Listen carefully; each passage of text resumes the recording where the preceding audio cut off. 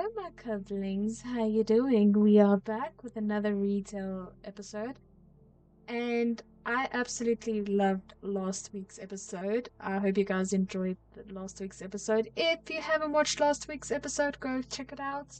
And if you guys do enjoy this kind of context, don't hit that subscribe button, like, comment, and share. With that out the way, let's get into the next five stories of retail from Reddit. Okay, I think I'm gonna make a new channel over on my Discord. You guys can go check out my Discord as well. Links shall be in the description below. Where you guys can share your Reddit retail stories there. I'm thinking about it, I'm not 100% sure. We'll see what happens. Or customer stories there, and then, yeah, I will definitely react to that. Okay, so moving on to the first retail story of the day. The customer's not always right. It's the little ones. Yes! I love this title. The customer's not always right. Finally. Somebody said it. Somebody said it in their title. I'm so happy. Okay, let's get into it. I work at a posh craft brewery shop in the UK. Ooh, this one's from the UK. Around the world, we go all around the world. I'm sorry. We serve our German beers, lager, Weissbier, etc. in a stain. And these stains have 1 centimeter of extra space at the top to allow for head. There is a clear mark on the side of the glass to denote a pint. Okay.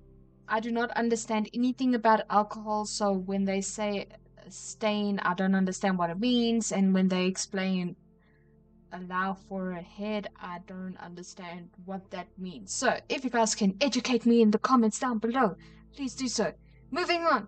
Frequently spoiled customers will tell me to top up their pint, which would be an entirely valid request if there were 1 centimeter of head in a normal glass. But I take great pleasure in letting them know I did an exact pour to the line.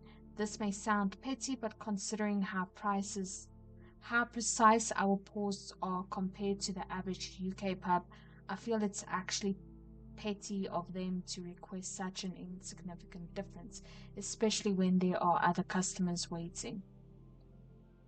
Ah. Okay, so I'm just gonna read this comment. Post a small sign. All pints poured to the line, top up pints, £2. Additional charge. If there is anything those a-hole people hate, it's paying extra when they think they're exploiting a loophole. Oh. I still don't understand this. Like, I get, like, if there is a line on the glass saying, like, this is how much a pint is, and I'm guessing the head is where the foam is. So, like, so the liquid stops at that measuring line and the rest is just foam. Maybe that's what they're talking about. But them explaining this, like, I love this story because there was no arguing, there was no drama in the story. It was short, concise, straight to the point. This is how it works and stuff like that.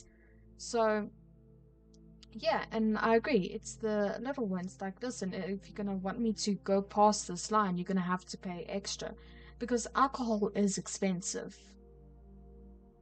And you don't want to also, like, it might not 1 centimeter might not be a lot to you. You can be just like, oh, it's just 1 centimeter. But if it's 1 centimeter every single client, you are using more product, or you are using more stock than what is expected. So you'll be running out of stock a lot faster, which means you're going to spend more money on buying alcohol in the long run. So those 1 centimeters do add up. So you do have to be careful with how much stock you buy and stuff like that. So I can understand why he's stingy or unreasonable when from the customer's point of view, but you got to think of it from the business owner's point of view. Is like, we pay for this. So when we say this is how much you get, this is how much you get, because that's how much we budget for. So I understand this. I actually like this story. I would rate this a 1 because no drama, it wasn't that bad, and it was straight to the point. It's like, this is how it is. If you don't like it, you can go to other pubs. We've got other customers that we need to see to. And that's how customers should be dealt with when they're being unreasonable, or when they want to start drama. Like, listen, there are other shops out there who has the same service or similar service. There are other shops out there who have the same product. If you're not happy with our policies, if you're not happy with how we handle things, go to them. You can get it from somewhere else. Yeah, you might be losing business, but I would rather have loyal customers who are who treat you like human beings than shitty customers who treat you like lower than dirt because they think they're better than you. So we are already starting off with a great story, and I love it. I love it. So moving on to the next story is, okay, seems sus. Ooh, we like sus. We like sus. Yes, we are that sus queen. I don't know where they came from. I'm sorry. I'm sorry. I'll stop. I'll stop. So I work at a thrift store, and the way that we price our items is by category. For example, if you bought a jigsaw puzzle or a strand mixture at a regular store, they would most likely ring up as a jigsaw puzzle and stand mixer, respectively, but at my store they would ring up as toys and kitchen instead. Okay, yeah, that makes sense because a jigsaw puzzle is kind of a toy. As a result, we got a lot of people switching tags from one item to another. But why do you think this is okay? Why do you think it's okay to make somebody else's job harder? You, I can't. When you are working, even if you're at home and you're doing housework, okay, let's use this analogy. If you are doing dishes and you're done with the dishes, okay, and then persons A, B, and C, this person comes and they put a cup next to the sink. You wash the cup, and then as you put the cup down, I'm like, okay, I'm done with the dishes. Person B comes along and they put down a plate with knives and forks. And then now you got to wash that knives and forks. Now person C comes along and then they put more dishes there. Why do you know that it irritates you? You know that it drives you insane. So why would you want to make somebody else's job harder or more difficult by switching around tags where they have to go around every single item to switch the tags back to make sure this is okay or that's okay? Why would you do that to yourself? Why would you want to do that to somebody else if you don't want that done to you?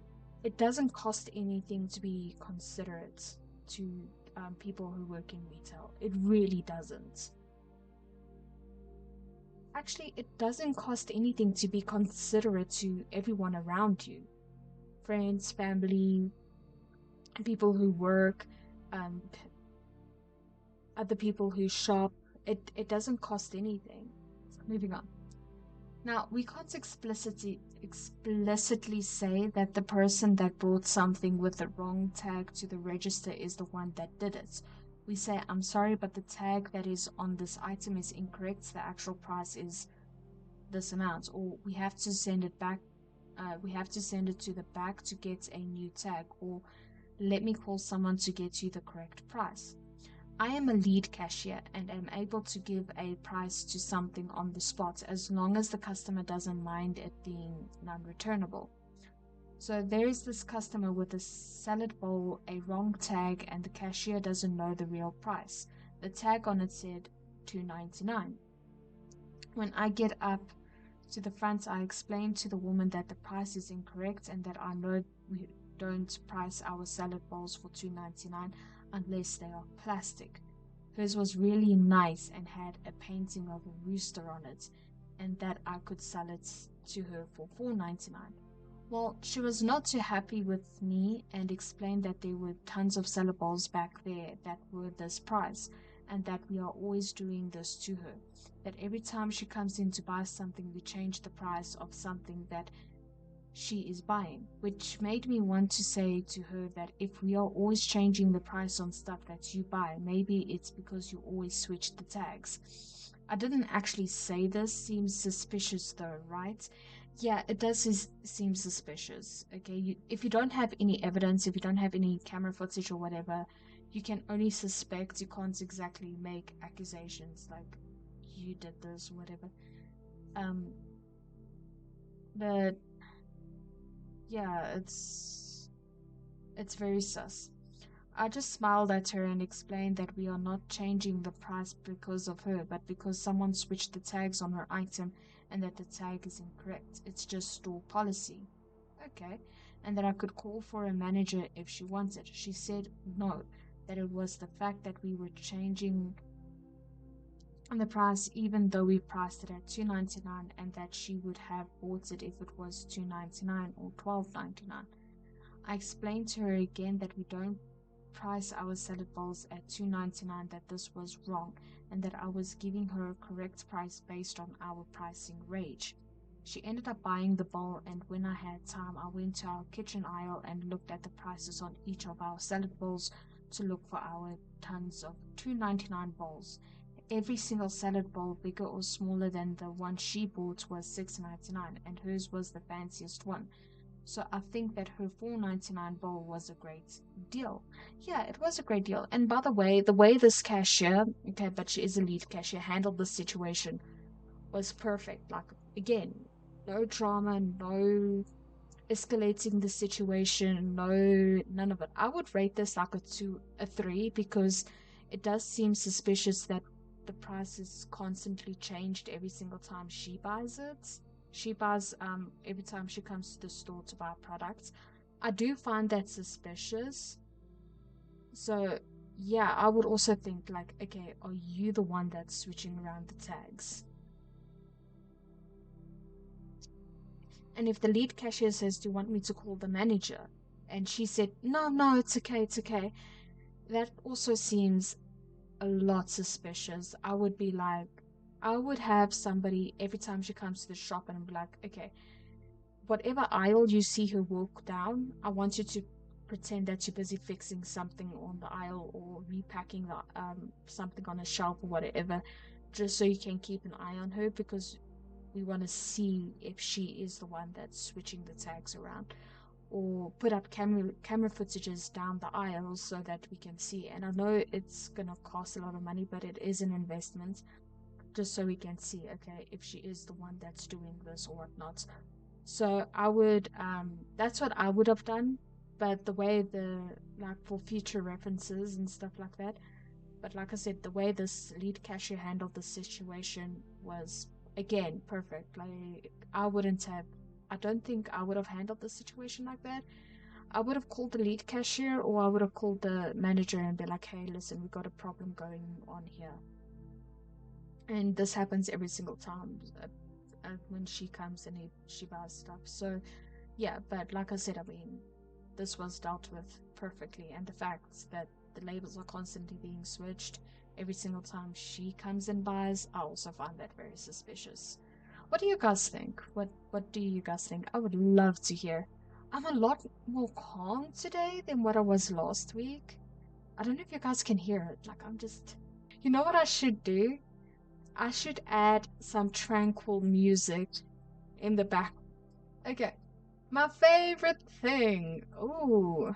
And favorites are in inverted commas. Ooh, the sarcasm. The sarcasm is heavy in this title. Warning, I mentioned blood in this post. Nothing graphic. Okay, this is interesting. Let's see what this is about. One of my favorite things that customers do is that when they accidentally break some glass, ceramic, pottery, they then try to pick up the pieces with their bare hands and then they come and find me and they try and hand it to me. And then they have to wait with the glass in their hands while I put on my work gloves. It's even better when they try to pick it up and cut themselves. Stop trying to pick up the glass and then proceed to drip blood up and down at least 2 aisles because they don't need a bandage. My wife got me some toilet paper, so not only does someone have to clean up the blood now, clean up the now bloody glass, but someone, me, also has to block off the aisles and clean up the blood. And during this, the customer is apologizing, and I tell them it's okay, it happens all the time, though in the future I'd like you to get an employee instead of trying to pick it up with your hands. Thank you. You would be surprised how often this happens, though thankfully I've only had the one customer bleed on the floor like that. If the customer's bleeding that much, then maybe get the paramedics, because they could have this, what is that? I wouldn't call it a disease, but that thing where people, when they cut themselves, they can't stop bleeding because of that anomaly they have in their body. Uh, like they just can't stop bleeding, or they bleed a lot more than a normal person would if they have like a tiny paper cut and just bleeds for a couple of seconds and then you're fine. But if like somebody with that anomaly where they cut themselves and they bleed profusely because of this condition that they have. Okay, I know I might be over exaggerating. I wasn't there, I don't know the situation, whatnot, but if that's the case, maybe get the paramedics. If this person is bleeding so much, just phone the paramedics and be like, hey, listen, we got this person who was dumb enough to pick up broken glass off the floor and cut themselves, and they won't stop bleeding and they're refusing medical treatment. Can you maybe just come and see that they don't bleed out or pass out from losing so much blood? You know? So I would phone the paramedics. Again, this one is a 3 or I would say a 4 because blood is involved. I mean, people are getting injured, and I think to avoid this, put up signs like do not touch. It's like if you touch you buy kind of signs, because of this is because this continuously happens. Or put up signs of like if you break you buy, that as well. And then also put up signs like if you break something, do not pick it up with your bare hands, call an employee. The fact that this has to be said, look, I know if we're at home and we break something on the floor, we go and we pick up the glasses with our bare hands, when we should put gloves on and, have some protection on our hands. I know we don't always think that way, but when you're out at the shops, especially a shop that sells ceramics and glass and pottery, a lot of these things, and they break, like, just maybe take some precautions. Again, just be careful of your surroundings. It's not just this time, it's not just about being considerate about towards other people around you, it's just being considerate to your own health and safety as well. Because if you're going to be stupid and pick up broken pieces of glasses with your bare hands without going and asking somebody for help, look, I understand where the customers are coming from, like, oh no, I broke this, let me pick it up so they don't have to clean it and stuff like that.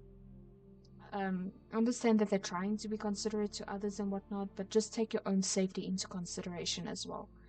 And be like, oh no, pick this up. And then maybe go to them and be like, hey, do you have a broom, or do you have maybe a pair of gloves? Like, I accidentally broke this, I will pay for it, but I accidentally broke this. Is there somehow?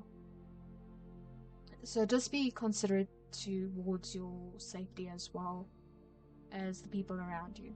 Okay, so now, wow, the stories are very short. Like, a lot of these stories aren't dramatic this week. I think this week is like a very chill week for retail stories. Let me just not toot my horn and jinx things, like touch wood, knock on wood. This trend just keeps going on for this week. I know the owner too. Oh yes, those customers are the best. Meaning they are the worst. Anyway, this was many years ago when I was still in the trenches, like any retail store we regularly got. I know the owner claims. Yes, we all have those customers. All of us. Every single person who's worked in retail has those customers. I know the owner. But we're a small company and everybody knows everybody, and the owner had a very open door policy for employees. I had one guy who wanted deep a discount on a barbecue to the point we'd be losing money. Margins are pretty low on barbecues because Jeff said to. Okay, that sounds like something Jeff would do, and let me call him and verify it. While dialing the phone, I think he actually did know the owner from the way he ran out the door, because the most likely response to that lie would have been to be banned from all our stores permanently. Yes, that is how you deal with these customers. I know the perfect title for this week. Retailers wising up to customers. Oh, yes. Yes, that is the title. We got the title. Retailers. Wait. Let's see if I can find an action that will go with it. No, not the no, we're not doing any dance. We're not doing any dance. Can you do the can you do. Uh, no, no, not fighting, not bored, not ninja, not sad. Maybe victory. Maybe victory. Retailers wising up to customers. Yes, we got our thumbnail. We got our thumbnail. Yay! We got our thumbnail. We got our thumbnail. Okay, last one for this episode. It's my job to teach law. Ooh, I like it. The other day we had an SUV parked in our crosswalk. It was idling engine still running, but it was there for quite some time. That is very dangerous. My coworker, she who takes no crap from anyone, got on the intercom and paged the owner to move their vehicle. He gave it 5 minutes before she called the police, non-emergency line. She who takes no crap is personal friends with several of the local officers. Nice, nice. Okay, I see what's going on. Well, as we waited, we realized someone was getting out of the SUV's back seat. I went out to speak to the woman, her. I was just waiting for someone, me. The car has to be in a parking space. It can't be in our crosswalk, her. I was in there the whole time. You could have come and told me, me. We had no idea we had no idea anyone was in there. We just paged the driver on our loudspeaker, her. Well, someone should have told me I couldn't park here. Me. It's the crosswalk. Her. You should have told me. Apparently, it is now part of my job to instruct people that it's illegal to park in the crosswalk. You should have told me. I want to read this reply. Well, in that case, I better get started. Water is wet, don't pee into the wind, don't eat yellow snow.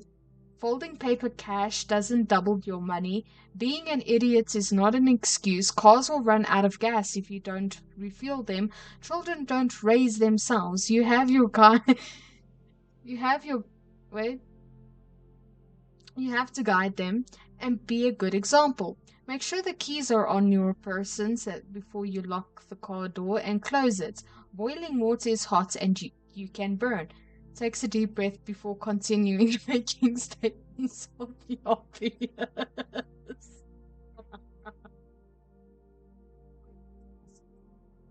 Don't call the mosque of the old Lone Ranger. Don't mess around with shit.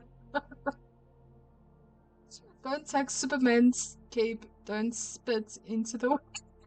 Oh, correct me if I'm wrong, but I would assume you learned this when learning how to drive and should know to get a driver's license. Yes. Oh my word. Is this Julian's license? I'm fairly certain there's something in the DMV manual about shit like this. I think the comments say it all. I think this is like a 3 situation because actually I'll make this a 5 situation because I mean it's dangerous. You're leaving your car on, you're gonna run out of fuel. And let's say you weren't in your car back and you were somewhere else and you left your fuel running. Like you just don't do that. It is dangerous, and I'm pretty sure there are other dangers to this, but I would definitely rate this as a 5 because, yeah. And then the previous story, I would rate that a 1 as well because the way they dealt with it was chef's kiss. But this one is a 5 because I just I thought the comments summed it up perfectly. I love the sarcasm of the first one. This is how I would have handled the situation after you should have told me. It's like, okay, you do not leave the stove on when you go out. You I would have had the same thing. Like the person is like the boiling water is hot and you can burn. You do not touch a hot plate when it's on. That's enough. Oh my word, you know what I would love to see? I would love to see you guys add to the sarcasm of pointing out the obvious. I would love to see it.